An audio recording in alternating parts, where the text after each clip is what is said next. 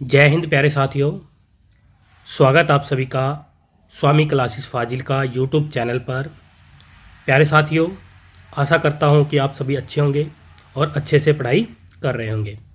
प्यारे साथियों, आज हम हिंदी प्रश्नोत्तरी भाग 10 करेंगे।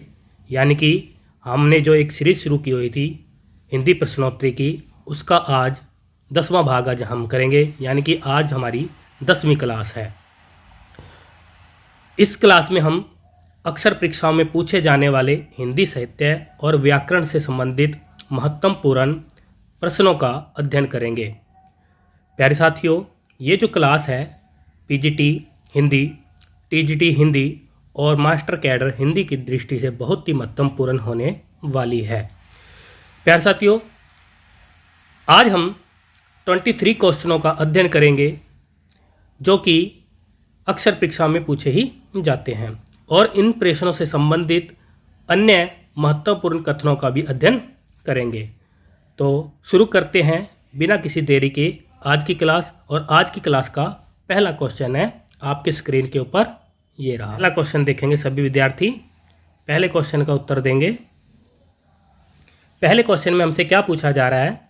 भक्ति मार्ग में सर्वप्रथम जाति पाति का भेद किसने निरर्थक माना है?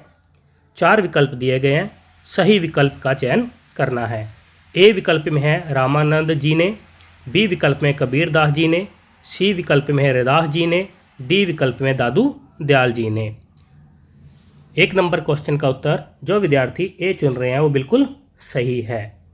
यानी कि भक्ति मार्ग में सर्वप्रथम जाति पाति का भेद निरर्थक मानने वाले रामानंद जी माने जाते हैं। मैं आप सभी को यह बता देता हूँ कि रामानंद जी जो है वो विरागी दल के प्रवर्तक भी माने जाते हैं, और रामानंद जी के गुरु का नाम राघवानंद माना जाता है। रामानंद जी की जो भक्ति भावना थी वो दास्य भाव की है। रामानंद जी ने रामावत संप्रदाय की स्थापना की है। और इसके साथ मैं आपको बता देता हूँ कि रामानंद जी के विरागियों को अवधूत भी कहा जाता है। कबीर दास जी के बारे में आपको मैं बता देता हूँ। कबीर दास जी के गुरु का नाम रामानंद माना जाता है, लेकिन मुसलमानों के अनुसार शेख तकी इनके गुरु माने जाते हैं। दादू दयाल जी के बारे में बता देता हूँ। दादू दयाल जी ने दादू पंथ की स्थापना की थी। और रैदास जी के बारे में आपको बता देता हूँ। रैदास जी का उपनाम रविदास माना जाता है, और रैदास जी मीरा के गुरु माने जाते हैं। नेक्स्ट क्वेश्चन की तरफ बढ़ते हैं। सेकंड नंबर क्वेश्चन देखेंगे। दूसरा नंबर क्वेश्चन, 2 नंबर क्वेश्चन का उत्तर देंगे सभी विद्यार्थी। और क्वेश्चन में हमसे क्या पूछा जा रहा है? निम्न में से कबीर दास जी का कौन सा प्राकट्य स्थल है? 4 विकल्प दिए गए हैं, सही विकल्प का चयन करेंगे। निम्न में से कबीर दास जी का कौन सा प्राकट्य स्थल है? जो विद्यार्थी 2 नंबर क्वेश्चन का उत्तर बी चुन रहे हैं वो बिल्कुल सही है। यानी कि कबीर दास जी का प्राकट्य स्थल लहर तारा माना जाता है। इसके साथ कबीर दास से संबंधित मैं कुछ अन्य तथ्य के बारे में बोल देता हूँ, आप सभी याद कर लेना। कबीर दास जी का जन्म 1398 ईस्वी में काशी में हुआ था, और कबीर दास जी सिकंदर लोदी के समकालीन माने जाते हैं। आचार्य हजारी प्रसाद द्विवेदी ने कबीर दास जी की वाणी को, यानी कबीर दास जी को तानाशाह या वाणी का डिक्टेटर भी कहा है। कबीर जो शब्द है वो अरबी भाषा का शब्द माना जाता है। कबीर को भारतीय लूथर भी कहा जाता है। नेक्स्ट क्वेश्चन की तरफ बढ़ेंगे। 3 नंबर क्वेश्चन देखेंगे सभी विद्यार्थी। 3 नंबर क्वेश्चन का उत्तर देंगे। रामानंद जी किनकी शिष्य परंपरा में आते हैं? तीसरे नंबर क्वेश्चन का उत्तर देंगे। 4 विकल्प दिए गए हैं, सही विकल्प का चयन करेंगे। ए विकल्प में है शंकराचार्य, बी विकल्प में है नाथ मुनि, सी विकल्प में है रामानुजाचार्य, डी विकल्प में पुंडरी काक्ष। 3 नंबर क्वेश्चन का उत्तर जो विद्यार्थी सी चुन रहे हैं वो बिल्कुल सही है। यानी रामानंद जी रामानुजाचार्य की शिष्य परंपरा में आते हैं। नेक्स्ट क्वेश्चन की तरफ बढ़ेंगे। 4 नंबर क्वेश्चन देंगे सभी विद्यार्थी। 4 नंबर क्वेश्चन का उत्तर देंगे। 4 नंबर क्वेश्चन में हमसे क्या पूछा जा रहा है, ज्ञान मार्गी शाखा का किसको एक छत्तर सम्राट माना जाता है। फिर से 4 विकल्प दिए गए हैं, सही विकल्प का चयन करेंगे। सभी विद्यार्थी उत्तर देंगे और सभी से इसका उत्तर बनेगा। सभी विद्यार्थी उत्तर देंगे। 4 नंबर क्वेश्चन का 4 विकल्प दिए गए हैं, सही उत्तर का चयन करेंगे। ए विकल्प में है रामानंद जी को, बी विकल्प में है रैदास जी को, सी विकल्प में है दादू दयाल जी को, डी विकल्प में कबीर दास जी को। 4 नंबर क्वेश्चन का उत्तर जो विद्यार्थी डी चुन रहे हैं वो बिल्कुल सही है, यानी कि ज्ञान मार्गी शाखा को, यानी ज्ञान मार्गी शाखा का एक छत्तर सम्राट कबीर दास जी को माना जाता है। मैं आपको और बता देता हूँ कि डॉक्टर श्याम सुंदर दास ने कबीर की सभी रचनाओं को कबीर ग्रंथावली नाम से प्रकाशित किया है, और इसके साथ ही डॉक्टर श्याम सुंदर दास ने ही रहस्यवादी कवियों में कबीर दास का स्थान सर्वोच्च माना है। और इसके साथ आपको बता देता हूँ, डॉक्टर बच्चन सिंह ने कबीर की भाषा को संत भाषा भी कहा है, यानी संत भाषा कहा है। 5 नंबर क्वेश्चन की तरफ बढ़ेंगे। 5 नंबर क्वेश्चन का उत्तर देंगे सभी विद्यार्थी। कबीर दास जी के साहित्य में किस तत्व की प्रधानता है। कबीर दास जी के साहित्य में किस तत्व की प्रधानता है। 4 विकल्प दिए गए हैं। ए विकल्प में है रस, बी विकल्प में अलंकार, सी विकल्प में है छंद, डी विकल्प में संदेश। 5 नंबर क्वेश्चन का उत्तर जो विद्यार्थी डी चुन रहे हैं वो बिल्कुल सही है, यानी कि कबीर दास जी के साहित्य में संदेश तत्व की प्रधानता मिलती है। नेक्स्ट क्वेश्चन की तरफ बढ़ेंगे। 6वें नंबर क्वेश्चन का उत्तर देंगे सभी विद्यार्थी।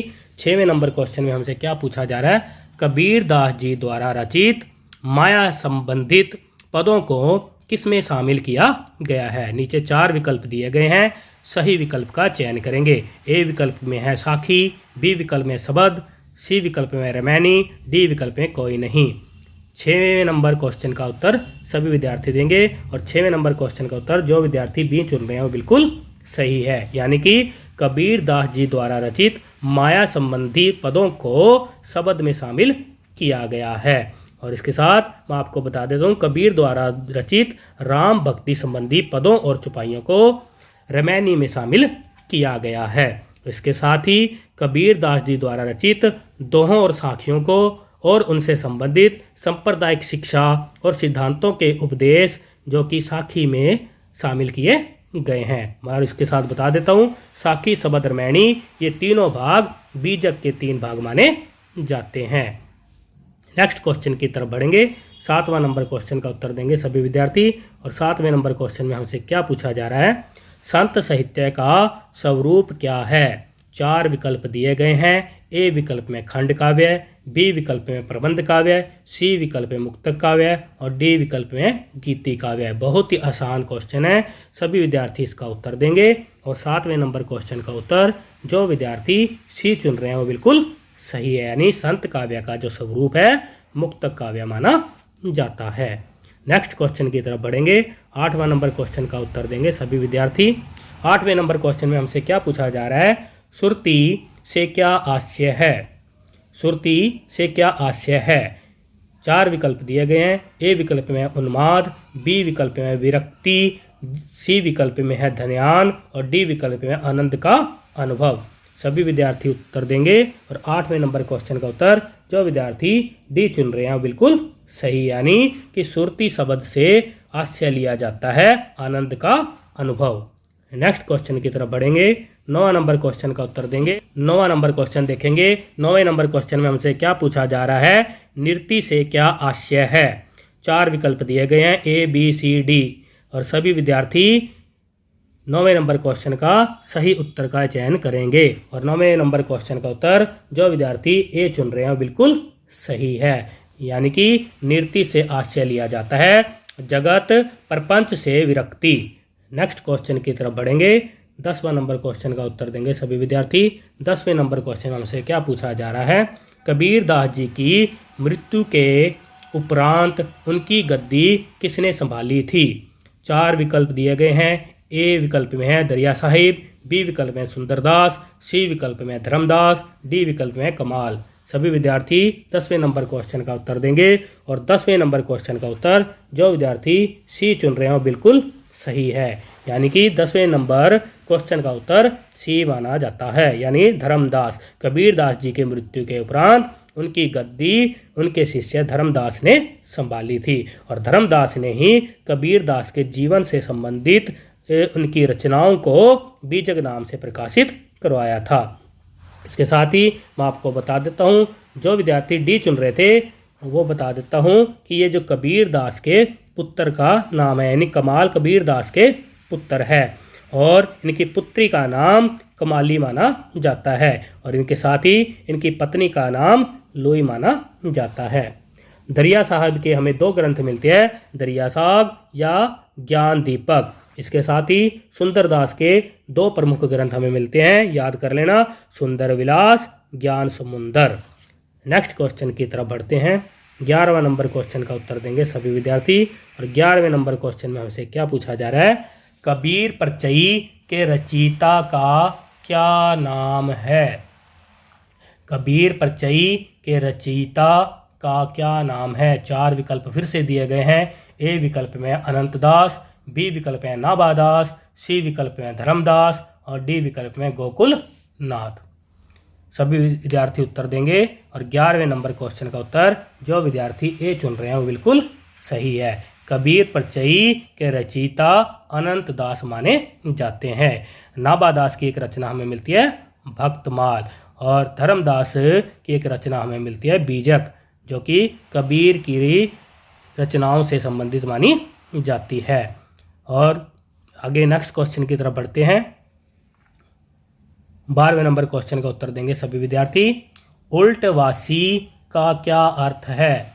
एक प्रकार का काव्य छंद, किसी बात का गलत उत्तर देना, सी विकल्प में विशिष्ट प्रतीकात्मक काव्य शैली, डी विकल्प में है उपरोक्त सभी। सभी विद्यार्थी 12वें नंबर क्वेश्चन का उत्तर चुनेंगे और 12वें नंबर क्वेश्चन का उत्तर जो विद्यार्थी सी चुन रहे हैं बिल्कुल सही है, यानी उल्टवासी का अर्थ लिया जाता है विशिष्ट प्रतीकात्मक काव्य शैली।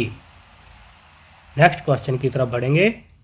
13वें नंबर क्वेश्चन देखेंगे। 13वां नंबर क्वेश्चन में हमसे क्या पूछा जा रहा है, निम्न में से कौन सा पुल्लिंग शब्द है। यानी नीचे दिए गए 4 शब्दों में से एक शब्द पुल्लिंग का है और 3 स्त्रीलिंग के हैं। सभी विद्यार्थी सही उत्तर का चयन करेंगे। 13वें नंबर क्वेश्चन का सही उत्तर का चयन करेंगे। जो विद्यार्थी 13वें नंबर क्वेश्चन का उत्तर सी चुन रहे हैं बिल्कुल सही है, यानी बचपन जो शब्द है वो एक पुल्लिंग है। उम्मीद, आशा और बेकारी ये स्त्रीलिंग शब्द माने जाते हैं। नेक्स्ट क्वेश्चन की तरफ बढ़ेंगे। 14 नंबर क्वेश्चन देखेंगे। बाल शब्द का कौन सा स्त्रीलिंग शब्द है। फिर से 4 विकल्प दिए गए हैं। ए विकल्प में बालिका, बी विकल्प में है बलिया, सी विकल्प में बाला और डी विकल्प में कोई नहीं। 14वें नंबर क्वेश्चन का उत्तर जो विद्यार्थी सी चुन रहे हैं वो बिल्कुल सही है, यानी बाल शब्द का स्त्रीलिंग जो शब्द है वो बाला माना जाता है। नेक्स्ट क्वेश्चन की तरफ बढ़ेंगे। 15वां नंबर क्वेश्चन का उत्तर देंगे सभी विद्यार्थी। 15वें नंबर क्वेश्चन में हमसे क्या पूछा जा रहा है, पक्षी उड़ता है इस वाक्य में किस कारक का प्रयोग हुआ है। पक्षी उड़ता है इस वाक्य में किस कारक का प्रयोग हुआ है।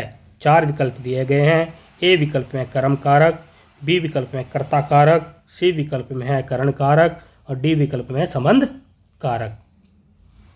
मैं आपको यहाँ बता देता हूँ, हिंदी में कारक 8 प्रकार के होते हैं।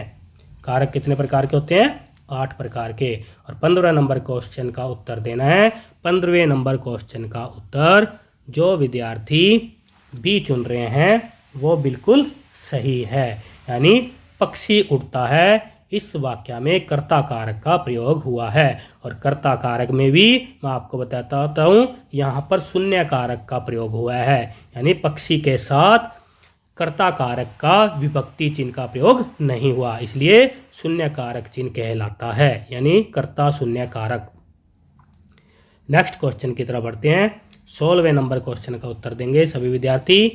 पेड़ से पत्ता गिरा इस वाक्य में किस कारक का प्रयोग हुआ है। बहुत ही इंपॉर्टेंट क्वेश्चन है, अक्सर पूछा ही जाता है और सभी से इसका उत्तर बनेगा, सभी विद्यार्थी उत्तर देंगे। 4 विकल्प दिए गए हैं। ए विकल्प में कर्म कारक, बी विकल्प में कर्ता कारक, सी विकल्प में करण कारक और डी विकल्प में है अपादान कारक। सभी विद्यार्थी उत्तर देंगे। वीडियो को लाइक और शेयर अवश्य करें। इसके साथ ही अगर आप हमारे YouTube चैनल पर नए हो तो चैनल को सब्सक्राइब अवश्य कर लें, बेल आइकन को अवश्य दबाएं। 16वें नंबर क्वेश्चन का उत्तर देंगे। 16वें नंबर क्वेश्चन का उत्तर जो विद्यार्थी डी चुन रहे हैं बिल्कुल सही है, यानी कि पेड़ से पत्ता गिरा, इस वाक्य में अपादान कारक का प्रयोग हुआ है। मैं आपको बता देता हूँ, पेड़ से पत्ता गिरा यानी पेड़ से पत्ता क्या हो रहा है, अलग हो रहा है। जिस वाक्य में अलगाव होने का, दूर होने का बोध हो या फिर तुलना होने का बोध हो, वहां पर अपादान कारक आता है। नेक्स्ट क्वेश्चन की तरफ बढ़ते हैं। 17वां नंबर क्वेश्चन देखेंगे और 17वें नंबर क्वेश्चन में हमसे क्या पूछा जा रहा है।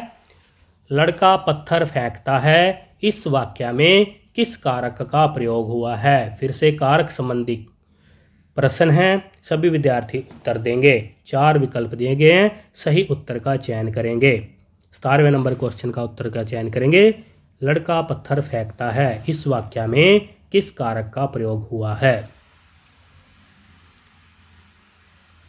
17वें नंबर क्वेश्चन का उत्तर जो विद्यार्थी बी चुन रहे हैं बिल्कुल सही है, यानी कि लड़का पत्थर फेंकता है, इस वाक्य में कर्म कारक का प्रयोग हुआ है, पत्थर फेंकता है।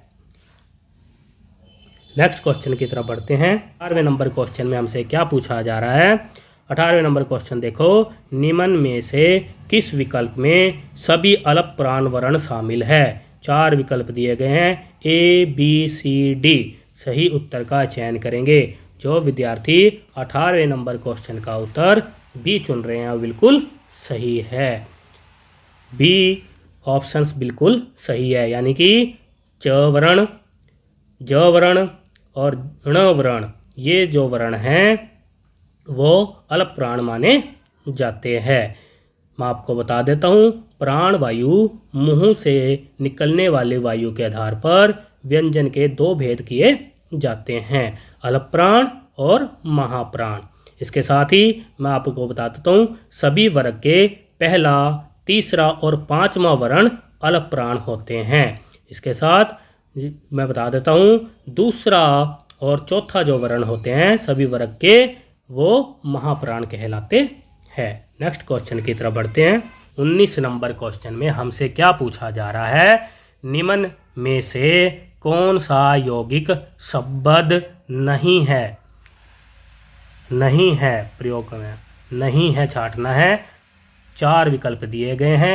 ए विकल्प में राजमाता, बी विकल्प में प्रेम सागर, सी विकल्प में पाठशाला और डी विकल्प में दशानन।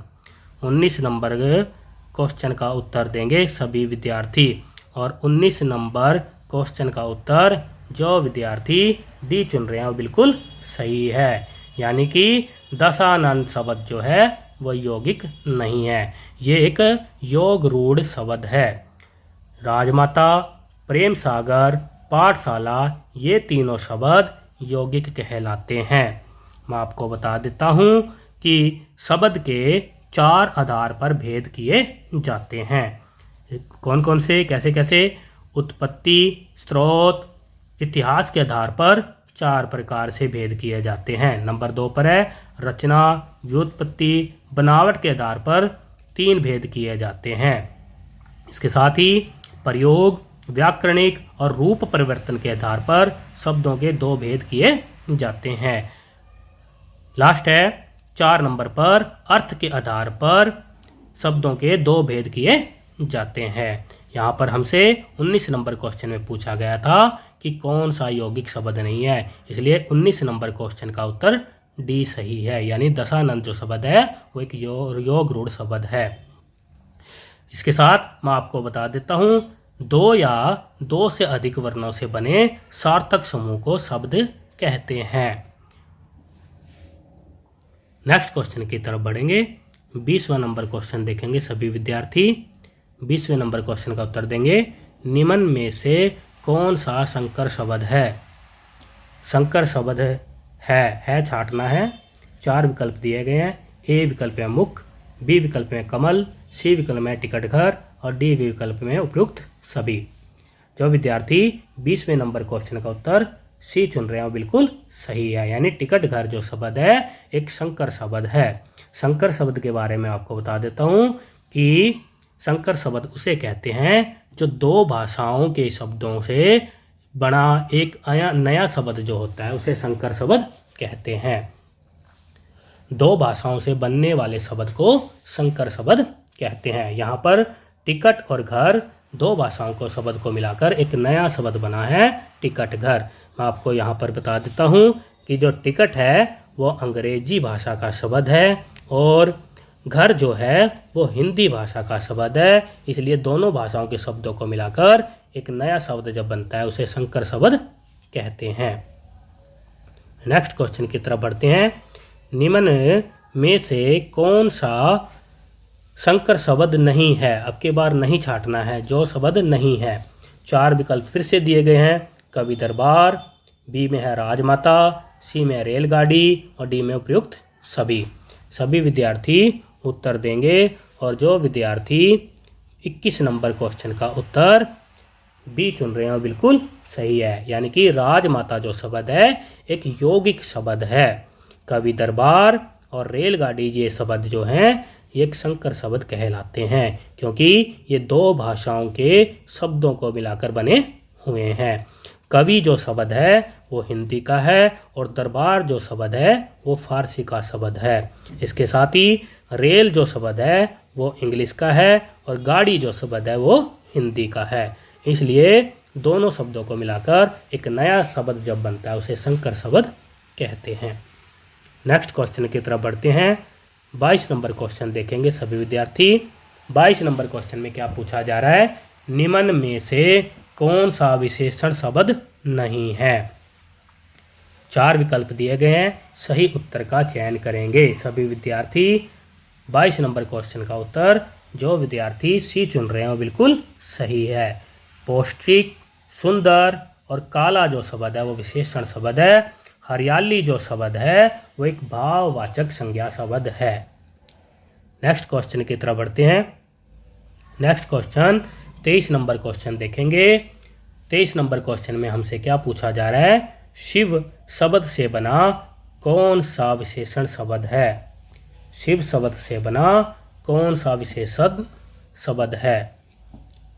4 विकल्प दिए गए हैं। ए विकल्प में शिवता, बी विकल्प में शिवम, सी विकल्प में शैव और डी विकल्प में कोई नहीं।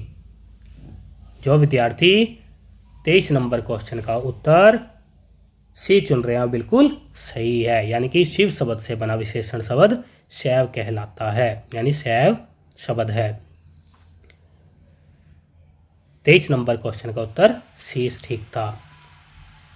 प्यारे साथियों, ये थे हमारे आज के बेहतरीन 23 क्वेश्चन जो कि अक्सर परीक्षा में पूछे ही जाते हैं। आशा करता हूँ कि आज की क्लास में आपको अवश्य कुछ ना कुछ सीखने को मिला होगा। प्यारे साथियों, अगर आपने इसी तरह से निरंतर अध्ययन करना है तो हमारे चैनल को सब्सक्राइब अवश्य कर लें, बेल आइकन को अवश्य दबाएं। इसके साथ ही वीडियो को लाइक और शेयर करना ना भूलें। प्यारे साथियों, मिलते हैं अगली क्लास में, तब तक के लिए जय हिंद।